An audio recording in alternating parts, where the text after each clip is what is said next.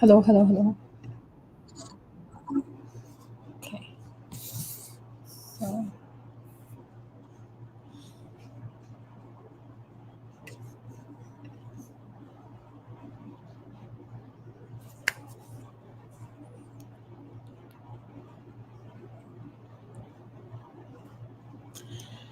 hello everyone. It's Dr. Manjiri Nadkarni, Ayurvedic MD, registered holistic nutritionist, back today for another Wellness Wednesday. So, today's Wellness Wednesday topic is all about anti aging. I have had so many clients, especially women, approach me in the past few days about rapid aging. Whether we talk about graying of hair, premature graying of hair, or getting fine lines on skin, a lot of stress that you go through is going to exacerbate your aging. And that is why a lot of the times, when you see yourself go through a stressful period of time, you will see that you have aged a lot.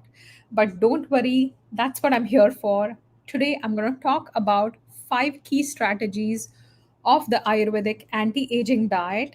And as a bonus, I'm also going to talk about different foods, especially 10 foods that are going to be anti aging from an Ayurvedic perspective.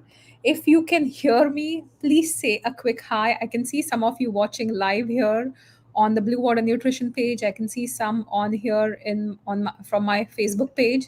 So if you can hear me, please say a quick hi. And if you are implementing some dietary or lifestyle strategies for anti-aging, please let me know about that as well. So let's get started. So in Ayurveda, we talk about anti-aging as a specialized branch called Rasayana. So Rasayana is focused on rejuvenating all your bodily tissues as well as preventing aging. When we talk about aging, vatas as well as pittas and people who have a vata pitta combination tend to age the fastest from a prakriti perspective, and men or women who are dominant in kapha dosha, right? So if you are having more of the earth and the water element in your body, kapha dominant, you are going to age slower because all your body tissues are going to stay preserved very well, and you will also have good amounts of vital essence known as ojas. So what are some considerations for aging, um, or anti-aging when it comes to an Ayurvedic perspective? So there are 5 main key strategies that you need to understand if you want to prevent or slow down aging. In Ayurveda, the first three come under the broader umbrella of 3 pillars. So we talk about Trai Upastambha, or 3 pillars, which are your food, sleep, and routines, right? So it's ahara, nidra, brahmacharya. Ahara is your food. So ahara rasayana is eating foods that are really high in nutrient density, and they have minimal inflammatory foods, and that is the secret to staying younger.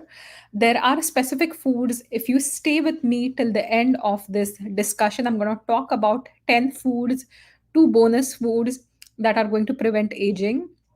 So, food is super important. When we talk about the 3 pillars of health, Ahara, Nidra, Brahmacharya, we are talking about things that can slow down aging, that can really support your body, that can support your mental health as well.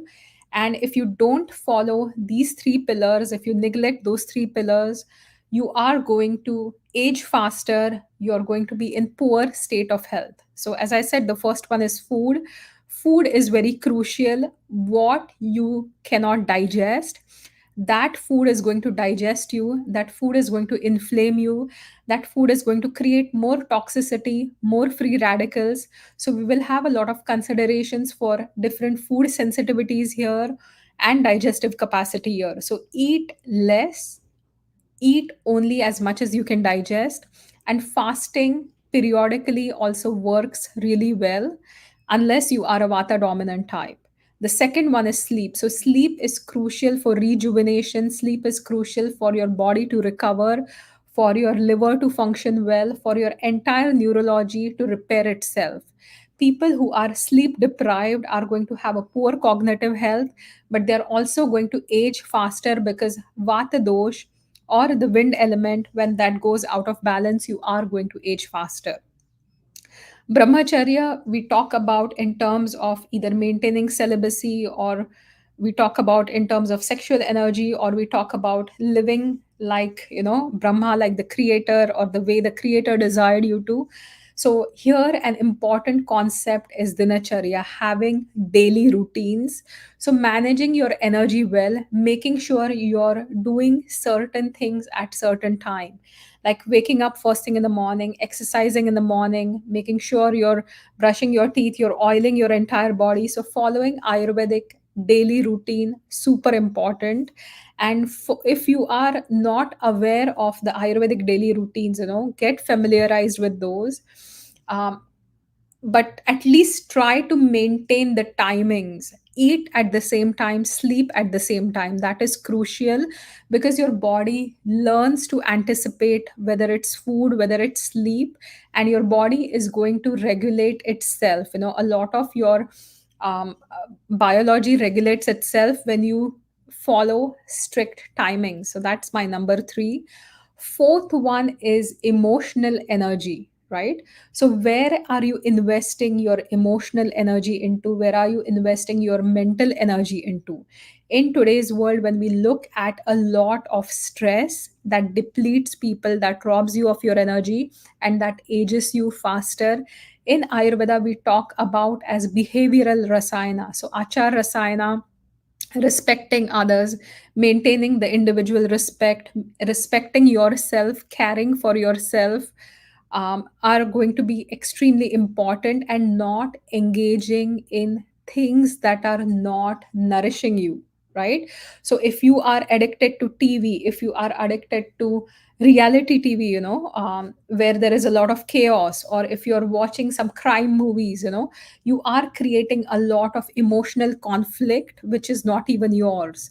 So if you start moving away from that, you will be able to stay more balanced, and you will be able to redirect your emotional energy into things that are going to be beneficial to you. So this is extremely important. Elizabeth Miller is here. Good morning. Vata is dry and brittle. I feel need for more water, fats, protein, plus as much as I sleep. Yeah, so sleep is crucial. If you are a vata dominant person, if you have a lot of wind element, you want to make sure you're getting minimum 8 hours of sleep. If you have vata aggravation, if there is not much ama, you can also rest during the daytime, maybe take a shorter nap. That can also be beneficial. So of the 4 key strategies I talked about, ahara, which is your food, nidra is sleep, Brahmacharya is maintaining daily routines. I talked a little bit about emotional energy as well. And the fifth one that I want to talk about is detoxification. See, from an Ayurvedic perspective, your body is detoxifying 24/7. That's what your channels of detoxification are for. Like your liver is processing, your kidneys are detoxifying your body of all the toxins, but often your diet lifestyle is going to create hurdles with it. So supporting the channels of detoxification, in Ayurveda we talk about triphala. So triphala is a combination of 3 berries which helps with bowel detoxification as well as cellular detoxification, right? So when your body is less toxic, only then are you going to absorb better. Because if you have a lot of toxicity in your body, your digestion absorption is not going to work well, and you may buy the most organic expensive foods or the most expensive supplements, you will end up not absorbing that if your body is at a very toxic threshold. Toxicity can come from various aspects. It can come from your food, it can come from heavy metal contamination, it can come from lot of additives, preservatives. I have done different topics. If you go to my YouTube channel, Manjiri Ayurveda, you will be able to find how to get rid of a lot of toxicity from the diet. So I'm not going to get delve deeper into this, but detoxification on a regular basis is important. And in Ayurvedic detoxification, we focus on not just cleansing your gut, but every cell needs to be cleansed, and there are specific protocols that we follow for detoxification. And when we talk about food rasayana, nutrient dense foods, you want to make sure your body is detoxified before you start nourishing yourself, right? So the example I can give here is, if you want to apply fresh paint to a wall, you're not just going to start painting on a chipped old paint, right? It's not going to look good, it's not going to stick well. So in the body as well, you have to get rid of a lot of toxins. If there is excess inflammatory fat that's holding your body, you have to get rid of that as well. And there are various strategies that work well for this. So make sure you detoxify your body before you start with the nutrient dense foods. Now I will talk about 12 specific nutrient dense foods are from an Ayurvedic perspective that are going to rejuvenate you. And my number one is always going to be ghee, right? So, ghee is clarified butter. Those who are new to this channel, ghee is one of the best rasayana that you can find from an Ayurvedic perspective. It is something you can consume on a daily basis. It is rich in vitamins A, D, E, as well as K. It is rich in butyrate, which is going to heal your intestines, which is going to heal your body, all the mucosal linings. It's going to nourish your skin from within. It's going to help with your hydration levels and also maintain a youthful glow. You can use ghee several ways for anti-aging. You can also apply ghee directly to your skin. If you have extreme dry skin, if you have chapped lips, if you have cracked heels, if your elbows are getting cracked, you can straight up apply ghee to your skin and leave it on for 15-20 minutes, and then just rinse it with warm water or take like a slightly warm cloth and rub it off. If you don't want it too oily, but ghee is the number one thing you should be eating if you want to age slower. And ghee again is going to balance both vata and pitta. It is going to support kapha, it is going to support your vital essence called ojas and rebalance your body. It's also an amazing brain tonic. So if you are looking at overall health, cognitive health, everything good comes from the ghee. And that is why we have so many words used for ghee. And ghee has been given a lot of adjectives, like it's very auspicious, it's very good for you, it's soothing, it's calming. It's the perfect a thing for you if you are looking at anti-aging protocol. The second thing that you can start including in your daily diet is something called amla berry. So amla berry is a potent antioxidant berry. It is one of the key components of Triphala. Amla berry in the winter time, you can even get it fresh. You can also get it frozen in Indian grocery stores. And even if you eat one amla every day, it is going to prevent aging. It's going to support your eyes, support your hair, support your skin, and really balance vata. It is pancharasa, so it has five of the six tastes that we talk about eating on a regular basis. And it's a tonic for your bodily tissues. If you cannot procure fresh amla at Blue Water Nutrition, we also have powdered amla that you can definitely buy and start using it in your daily diet, especially in the morning, which is the time to take the rasayana.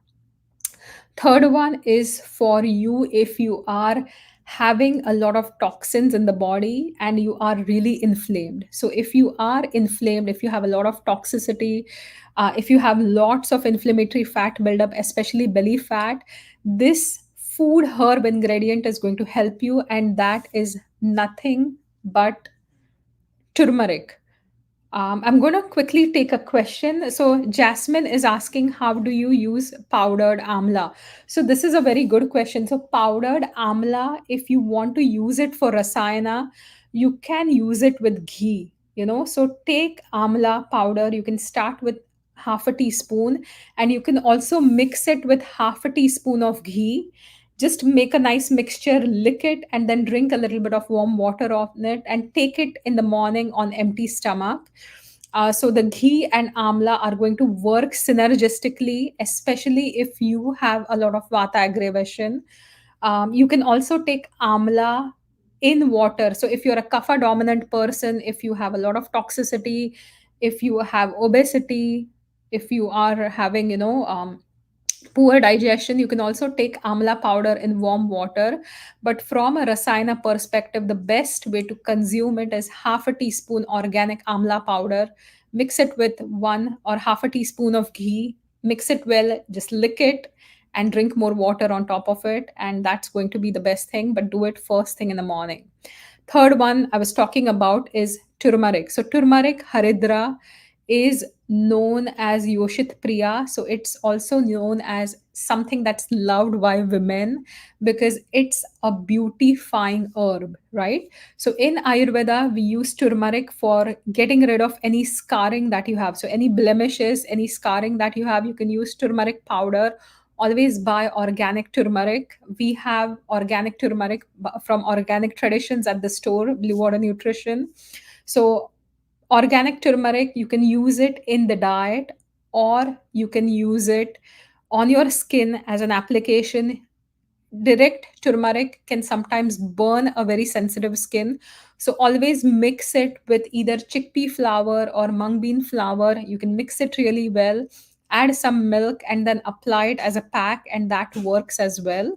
Milk will cool off the excess heat from the turmeric because it's a warming spice. When you take it internally, it will support your digestion, it will detoxify your blood.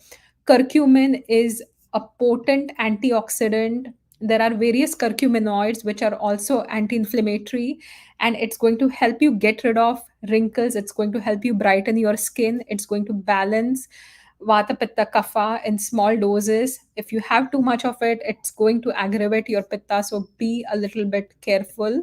But for a vata dominant person with digestive issues, it's also going to help you straighten your digestion and promote bile secretion. If you are feeling sluggish after eating fats, your bile secretion is not good, so that's when the turmeric can help you. I'm going to take a quick comment. So Elizabeth says that I'm very very vata. When in my young 20s to 40s, fasting and detoxing was easy. At 70, I'm too skinny to cleanse aggressively, and little steps daily. So 100%, Elizabeth, what happens is in the vata stage of life, you cannot cleanse too much. It will aggravate your vata. And that is also one of the reasons why when I host my fall cleanses, it's done as a whole food cleanse. It's not done as a fasting cleanse, right? So for vata dominant people, I do not recommend fasting. And in the fall, when we do the 7-day Ayurvedic cleanse, which is a community group cleanse that we do all together in a private Facebook group, what we end up doing is, we use lots of fruit, vegetables, ghee, things that are going to ground your vata dosha. At the same time, they're going to support the cleansing. Chavanprash, Dabur one, there are certain ones that come with honey. Sevanti has good Chavanprash as well. You can check sevanti.com, which is based in Vancouver. Turmeric will dry the vata, so always use ghee with turmeric. Don't use turmeric in water. Use turmeric with clarified butter, which will cut the vata aggravating effect. So in smaller amounts, it will channelize, normalize vata, but if you take too much, it is going to create more dryness in the system and increase your vata for sure. Number four that I'm going to move to is one of my favorite fruits that I love eating on a everyday basis. The seeds are anti-parasitic and the fruit is red in color. Can anybody guess what fruit I'm talking about?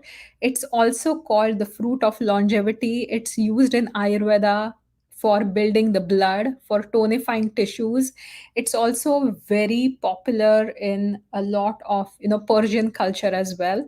The fruit, perfect, Jasmine, you got it perfect. It is pomegranate. Pomegranates are one of the best fruits you can include in your diet. Being astringent, they will tone your body organs. They will reduce excess pitta that can create problems in your blood. At the same time, they will help you build your blood. So if you are a woman and you're doing everything to up your iron levels, and no matter what you do, your iron levels are not increasing, try having half a cup pomegranate every single day in your diet, and you will see a lot of benefit in picking up the iron from the food. Pomegranate is rich in vitamin C as well. Vitamin C is one of the most potent antioxidants that has been studied also for vitality and longevity. Amla berry is one of the richest sources of vitamin C. So I would include pomegranates in your daily diet, at least half a cup. The fifth one I'm going to talk about is what we have always talked in Ayurveda about, and these are vata balancing potent seeds, sesame seeds. Sesame seeds are high in zinc, they're high in omega 6s, but the good kind, they're high in antioxidants. They will help maintain skin elasticity, hydration, and youthful appearance. If you are having extreme dry skin, extreme cold skin, right? So dryness associated with lack of circulation, coldness, increase your quantity intake of sesame seeds. You can have tahini, you can sprinkle it on your food, add it to your khichdi, add some sesame seeds on top of your food, add it as a dressing, make energy balls with sesame seeds. You can also use sesame oil for external application. So dry skin, cold skin, dry patches, warm up some sesame oil, and you can use it to massage your entire body. If you have sensitive skin or redness due to pitta, I would not prefer sesame there, right? So go for ghee or coconut oil. But if it's extreme vata aggravation, sesame seeds or sesame seed oil works pretty fantastic. So that was my number 5. Number 6 is something that I absolutely love, and these are almonds. Super rich in vitamin E, super rich in good fats, packed with antioxidants. They will protect you against UV damage, they will promote a soft supple skin. So, almonds, if you want to try almonds the Ayurvedic way, soak 4 to 5 almonds at night in water in the morning, peel those, chew those, and eat those. They become very easy to digest, and you are going to get rid of phytic acid, which will hinder the absorption of nutrients from the almonds. And these are not going to create any heat or dryness in your gut, right? So, this will help you extract better oils from your almonds in your digestion. So I would definitely make sure that you include almonds in your diet. Also almond oil, when we talk about your face, if you are someone who has very dry skin, as I said, if it's accompanied by pitta, sesame oil may not be the best option, but almond oil you can directly apply on your skin, or you can also mix it with the carrier oil. Almond oil is even richer and works fantastically on skin, and it is anti-aging. So Elizabeth says she loves sesame oil and helps oiling in the winter.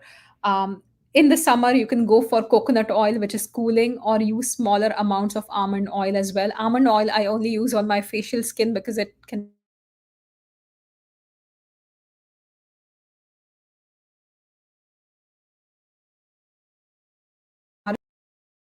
happening. Yeah. Soaked almonds are super important. Make sure you're peeling those. You will digest those better. You will be able to better extract the nutrients. So those have to be done. Now, my number 7 is our sweet potatoes. Sweet potatoes have beta carotene. That's where they get their color from. Beta carotene is a potent antioxidant.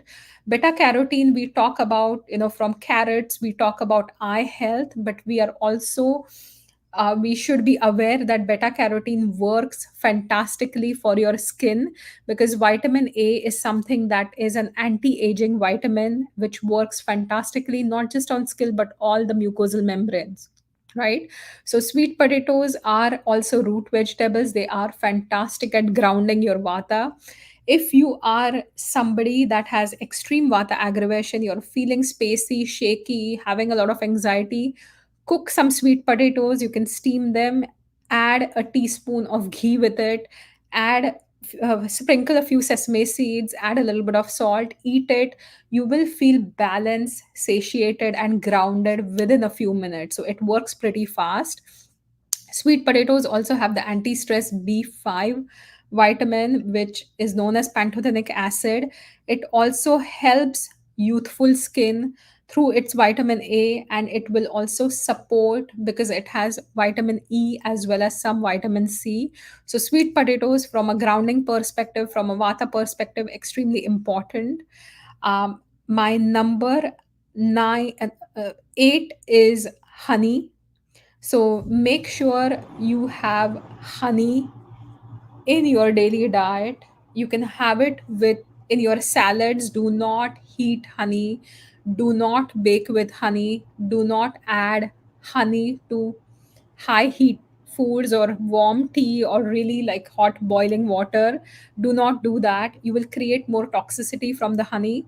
But if you are making like a salad dressing, you can definitely add a little bit. Or if you're making ginger pickle, which is my good digestive recipe, add honey. You can consume it on a daily basis, provided it's raw, unpasteurized, and not the sugary honey you get in the grocery store. So get it from a local um, person, yeah, local honey farm. So that's where to get it from. But honey is a natural antioxidant. It retains moisture. It has natural enzymes that clean you up on the inside, and it is also fantastic to be applied to your skin. So honey, you can definitely use it for local application as well, not just eat it. So that's also going to work well for you. Number eight, again, one of my favorite spices. I use it for cooking as much as I can, and especially in this holy month of Shravana, where every Mondays and Tuesdays, I'm fasting and making offerings for God. I will make sure I add this ingredient in my sweet dishes.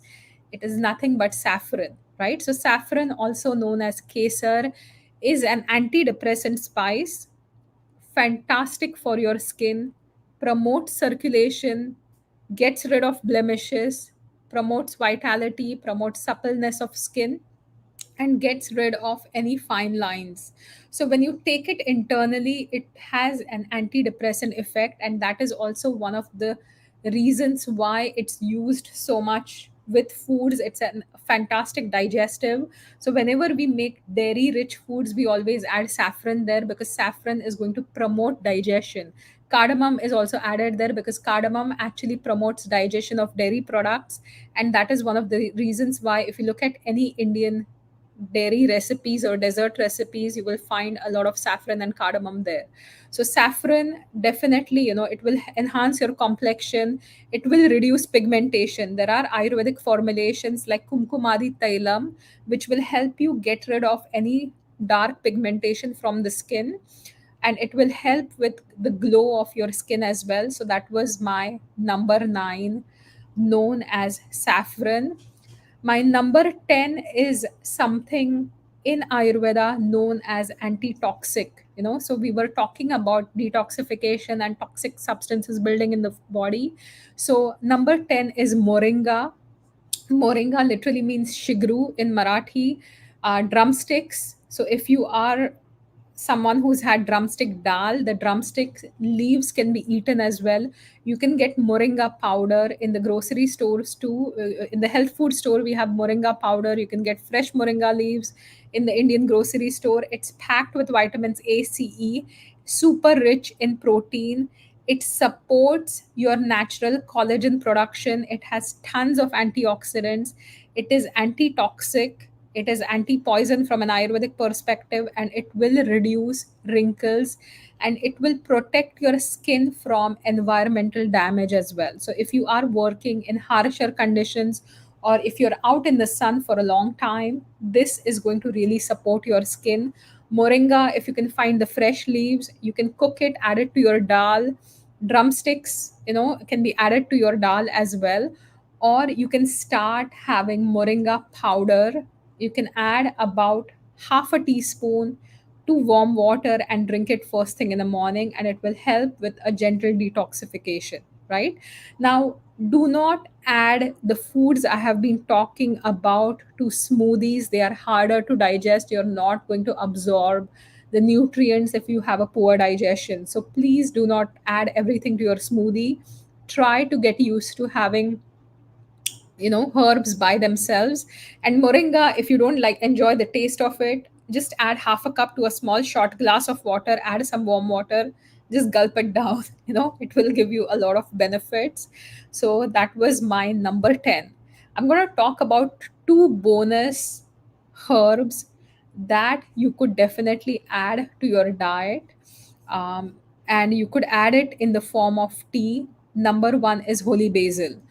In today's world, everybody that is going through a lot of stress, right? So there is stress everywhere, frustration everywhere. People are too busy. We don't have time. We are just loading ourselves up with emotions, and we can't even get rid of excess emotions, right?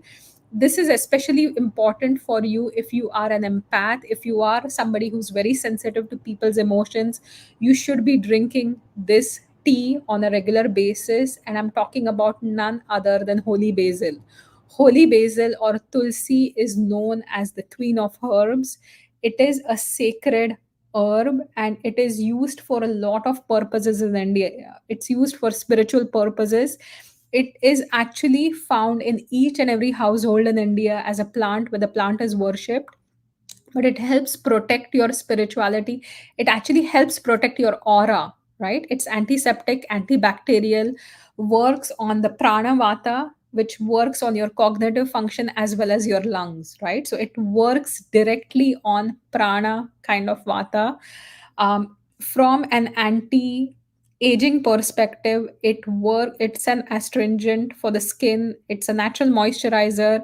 It helps tightening of the skin pores. It will help detoxify of any skin impurities and keep infections at bay. So having holy basil tea is a good idea. Always consume it first thing in the morning on an empty stomach. The second thing I'm going to talk about is bacopa. So bacopa is again known as brahmi, which is another of my favorite herbs. So from a um, emotional perspective, if you're going through a lot, you can use bacopa, brahmi. You can also go for manduk parni, gotu kola, which is sometimes confused with brahmi, but they're both known for their rejuvenating properties. Brahmi as well as manduk parni will work on your skin as well and resolve a lot of the inflammation. So those are the two bonuses for you to start incorporating in your diet in the form of a tea. And make sure that you always, whatever you're using for Rasayana, try to have that on an empty stomach rather than having it in the form of a smoothie or mixing too many things. Right? So that's my talk for today. So, do we have any more questions? Elizabeth, Jasmine, Dr. Arsh is here, Sapna is here. Yeah, so if you have any further questions, let me know. For the next session, we are going to talk a lot about back to school. We are going to talk about children's health. We will talk about children's immunity. We will talk about focus, concentration, and children. We talk about children's food sensitivities and anxiety. So, those are the topics that I'm going to talk about in the next round for the month of September, for the Wellness Wednesdays. If you are interested, I'm still thinking about the fall cleanse. So if you are interested in joining my fall Ayurveda cleanse or Ayurveda autumn cleanse, please message me. I'm still kind of trying to work it, look at the timings. So if you are interested, usually we do it in October, but I may end up doing it in September. So if you're interested, please message me so then I can confirm, some people. So Sapna is asking, can pittas consume tulsi in smaller amounts? Yes. So definitely, you can in smaller amounts, but if you have too much of it, it can aggravate your um, pitta. Sapna, another way is, rock sugar, not the refined sugar. Rock sugar, khadi sakhar, is very pitta balancing. So you could add a piece of rock sugar to your tulsi tea to balance the pitta a little bit. So that's another simple strategy you can use to consume, get the benefits of tulsi, but not aggravate your pitta too much. Right. So Elizabeth is asking how many things can be mixed in a smoothie. I would keep it less than five or five maximum. Right. So if you mix five things in a smoothie, please add a digestive herb like ginger or turmeric in your smoothie if you're having a smoothie, and try to have the smoothie at room temperature and make sure that you're not drinking an ice cold smoothie because that will affect your digestion. So the rule of smoothies is five or less, and one ingredient has to be ginger or turmeric or some kind of a digestive spice. And you can also um, yeah, make sure you look at my video for food combining, Elizabeth. So look at my previous video that I've done. It's on food combining the Ayurvedic way to make sure you're not adding any wrong combinations, which are always found in smoothies, unfortunately, milk with fruit and yogurt with fruit and all that. So please avoid that. So look at my previous video on YouTube. You'll find all the information there. So Sapna is saying, can I mix rose also? Organic India mix rose tulsi. So definitely, if you don't want to have rock sugar, you can get a rose tulsi. You can also get a licorice tulsi, as long as you don't have high blood pressure, right? Which is a contraindication because of the glycyrrhizine component. You can have licorice tulsi. Licorice is highly pitta balancing, or you can have a rose tulsi as well. If you have more digestive related irritation, licorice tulsi may be a better option. If you have more like a mind emotional kind of a irritation because of the high pitta, I would go for the rose. So see which one, are you struggling more with emotions or digestion, and then accordingly add licorice or tulsi. Excellent advice, even if it's 100 degrees outside. So see, when it's 100 degrees outside, when there is a lot of heat outside, your digestion is not at its peak, so your digestion is very weak. So people think that, oh, drinking cold water, drinking a cold smoothie is going to really help me. But on poor digestion, when you put ice on fire, you're further subduing the ice, right? So you're better off having fresh juice rather than smoothie in the summer season. So people ask me that, oh, it's so warm outside, what should I do? Okay, maybe juice is a better option. Maybe adding fruits like cucumbers, pomegranates are fantastic. If it's too hot outside, they will help you balance pitta. Amla berries are fantastic, but smoothies, don't drink cold smoothies. You'll mess up your digestion, especially if you already have a poor digestion, right?